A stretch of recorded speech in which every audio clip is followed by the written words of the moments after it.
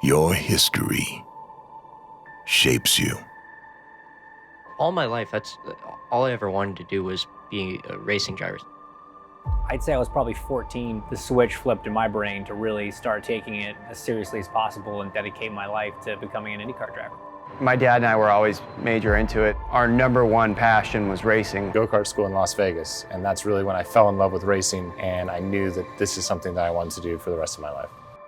Your heroes inspire you. I think the biggest person, though, had to have been Dan Weldon. Just the kind of character he was off the track and how humble and how amazing he was. My hero was my dad.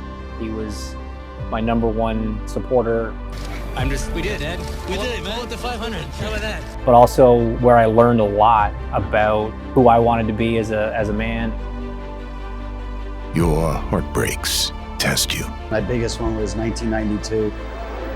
If a man ever deserved the accolade of this gigantic crowd, it's Michael Andretti. We totally dominated the race, and only a few laps to go, and the engine quit. The car slows, and Michael appears to be done.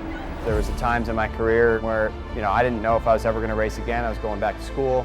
The racing heartbreaks, they stay with you, man. And James Hinchcliffe will not make the Indianapolis 500. And your dreams drive you. Oh my gosh, Alexander Rossi, what a move! Great job, great job. You always want to add more. It comes down to winning, but you want to win the Indy 500, you want to win the championship, you want to be contending for race wins on a regular basis.